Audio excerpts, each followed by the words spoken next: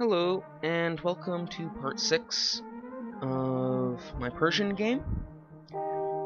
So, what I'm doing right here is examining the Vikings, because my next plan for my civilization is to attack the Vikings in order to get a couple of wonders of the world.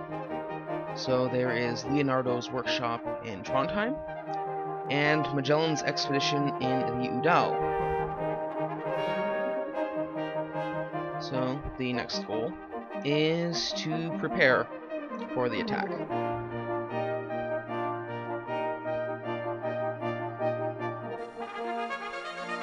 And there the Russians changed to democracy. And I discovered corporation, which is really nice because it allows me to build freight, which pay out 50% more than caravans. So, one of the aspects of invading is you actually have to be able to get your forces there and,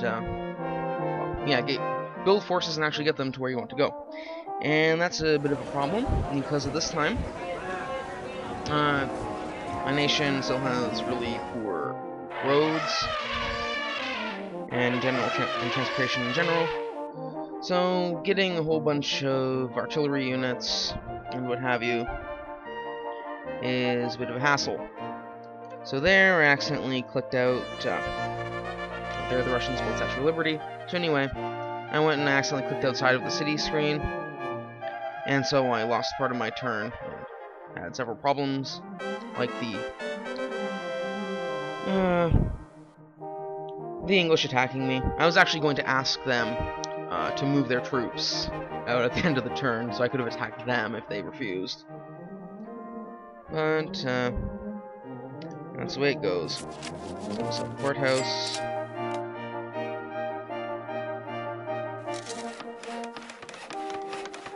Yeah, later what I did to make sure that wouldn't happen is I made sure to go and process my cities, looking for things to build and stuff, while still having a unit that could be moved. Because then you don't have that problem of the turn ending on you.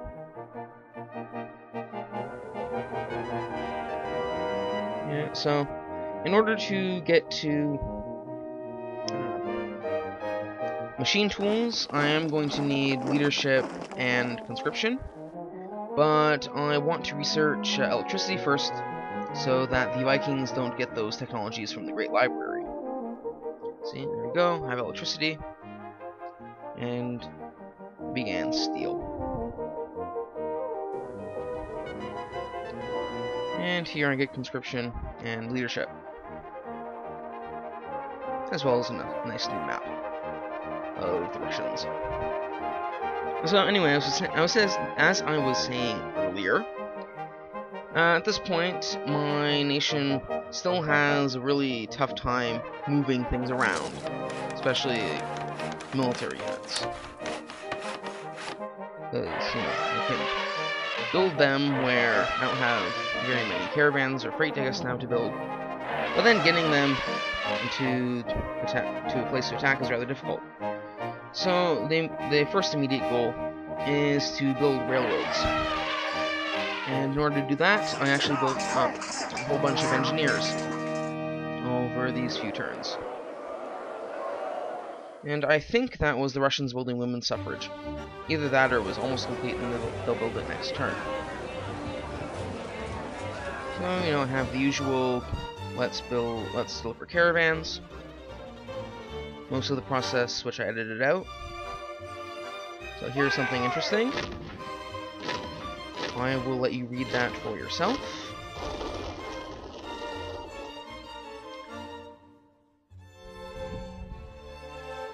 And that should give you an idea of how many units Barbarian Wrath can give you.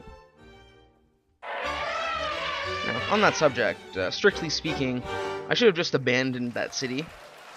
Let the barbarians take it for the amount of money I spent defending it. So back to the subject of transportation.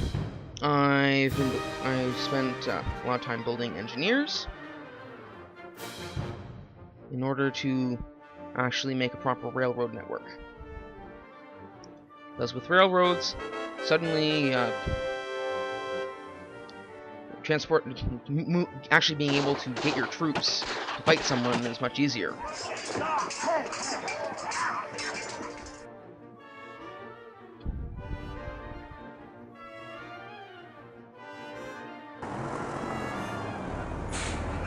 Yeah, so it's about this time that I decided to stop delivering caravans.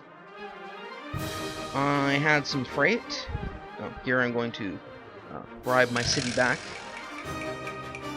Anyway, yeah, so... yeah, Senate forces peace. So anyway, I decided to stop delivering caravans because when I capture Trondheim, assuming I do that, I will then get them upgraded to freight, which will pay more for delivery. And so, as long as I'm not actually waiting for... as long as I have something else to deliver in order to get a full science production, doesn't really matter.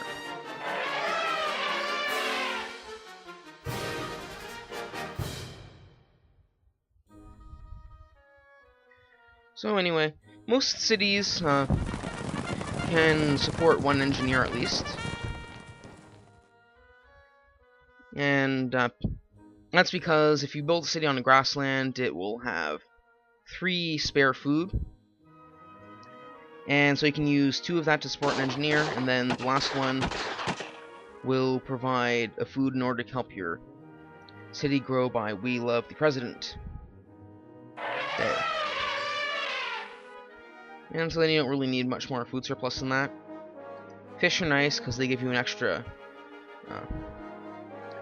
engineer to support. And so here I have steel, and I begin tactics. And now I want to start building some barracks in order to get veteran units.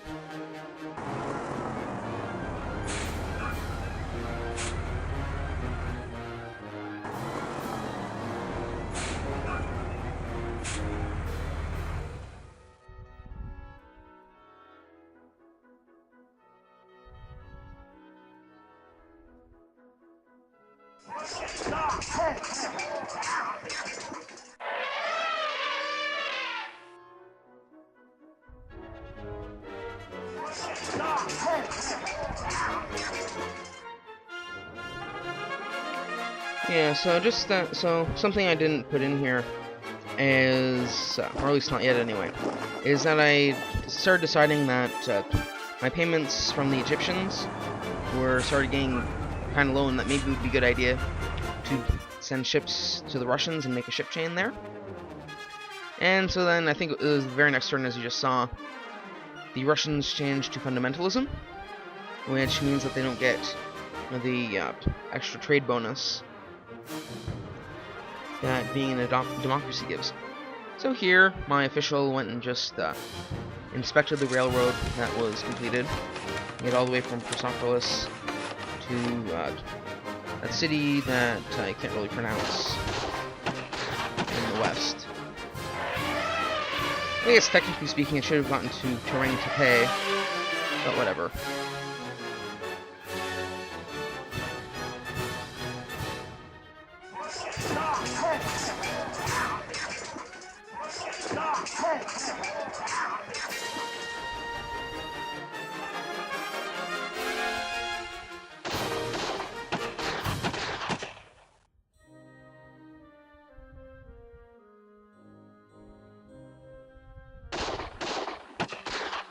Now, something I did a while ago is I gave the Egyptians a couple of technologies. So I gave them railroad and explosives, and I think I had to give them industrialization as well. And I basically did that just so that they would go to the trouble of building railroads for my traders to use.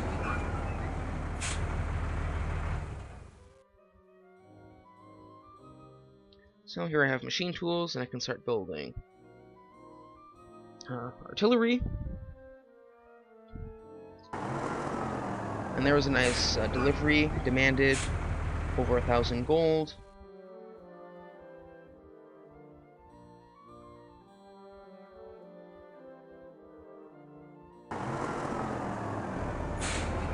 And so, you know, I got rid of just about all of the altering city production thing for this video, just because it gets repetitive, and it's a big deal to do it a lot.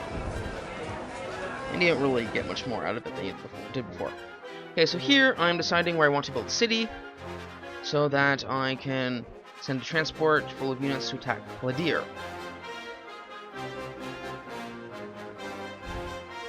And I want to start building a railroad out to that point.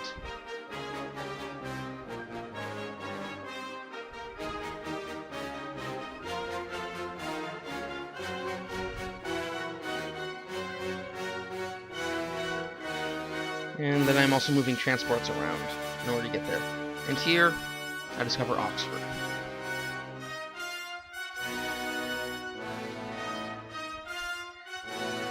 And Oxford is in the way, because it sort of ruins my plan. I mean, I guess I could build a city there anyway, but I never ended up doing that.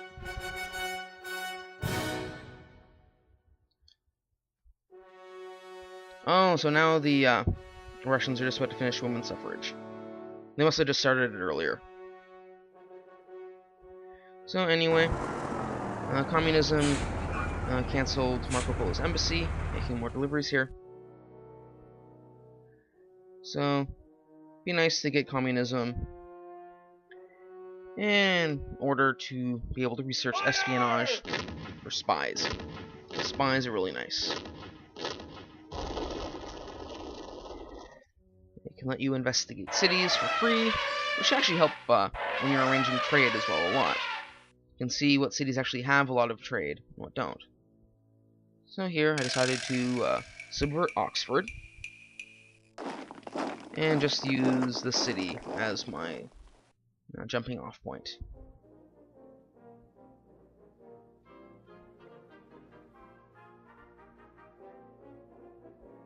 So here are the Vikings. No way am I giving them tactics.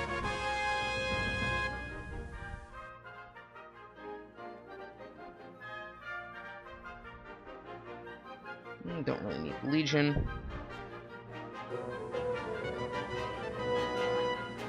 So here I was looking to get communism because I thought the Russians had researched it.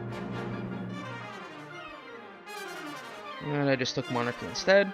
So now I tried the Egyptians.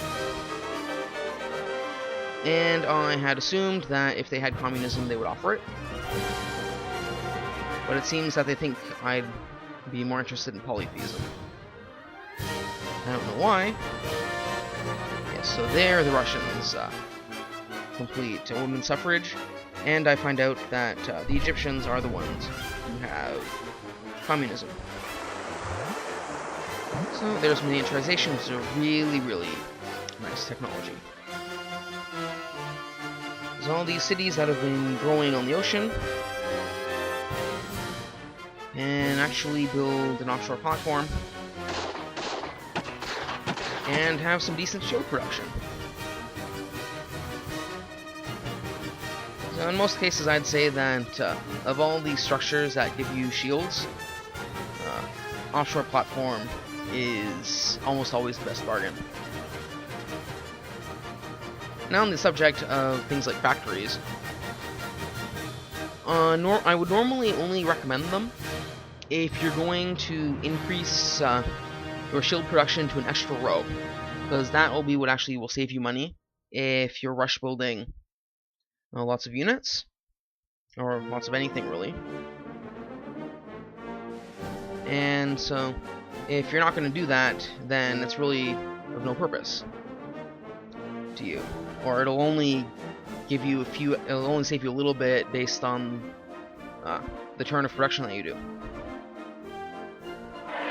And that'll save you just a little bit of money.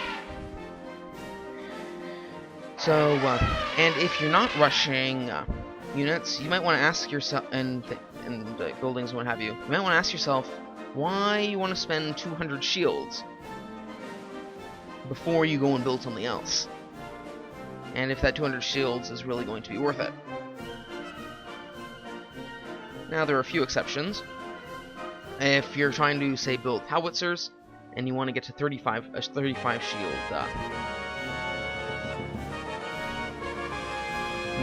you want to get 35 shield production so you can build 1 and 2 turns, then, you know, that's fine as well. Getting to certain multiples of shield production is fine. Or if, say, you have a lot of food in the city, but you want to support engineers, but you don't have that many shields, that's another time you might want to build a factory too. And so here what I'm doing is I am building United Nations, because that will mainly for the reason of the fact that I want the Senate to support me in wars, which is much less likely if you don't have United Nations. So you'll notice that I rushed the UN, because at this point, my city production is really important. That is, if I wanted to build 12 freight, I'd first of all only save about like 600 gold at this point, and then I'd be tying up 12 cities worth of production.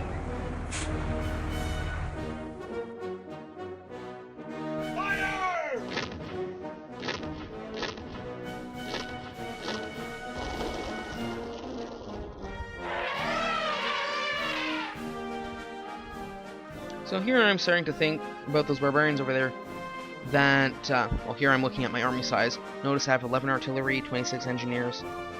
So at the barbarians, I was sort of, at this point, coming to the conclusion that there might have been an uprising that I didn't hear about, that I wasn't told about.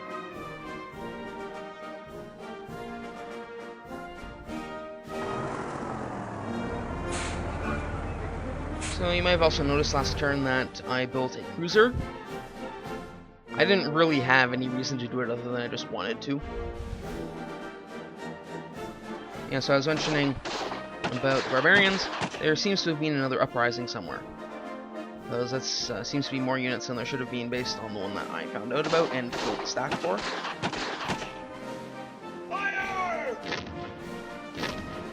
Yeah, so the cruiser just north of Turin. I had really no reason to make it.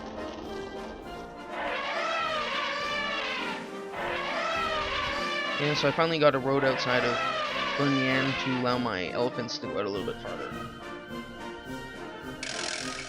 So here I'm going to investigate Pladir. So this video has gotten long enough, so I'm not actually going to show you the campaign for beating Vikings.